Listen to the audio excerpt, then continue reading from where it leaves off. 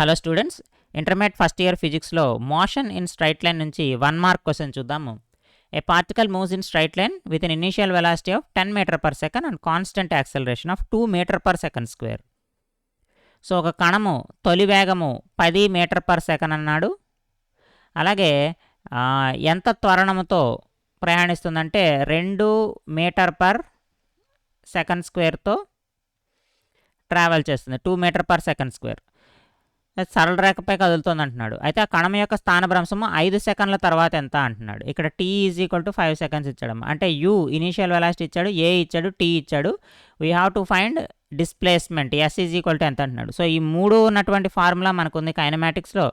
s = ut plus of at square. s = ut plus u అంటే 10 × 5 50 plus 1/2 a అంటే 2m t square అంటే 25.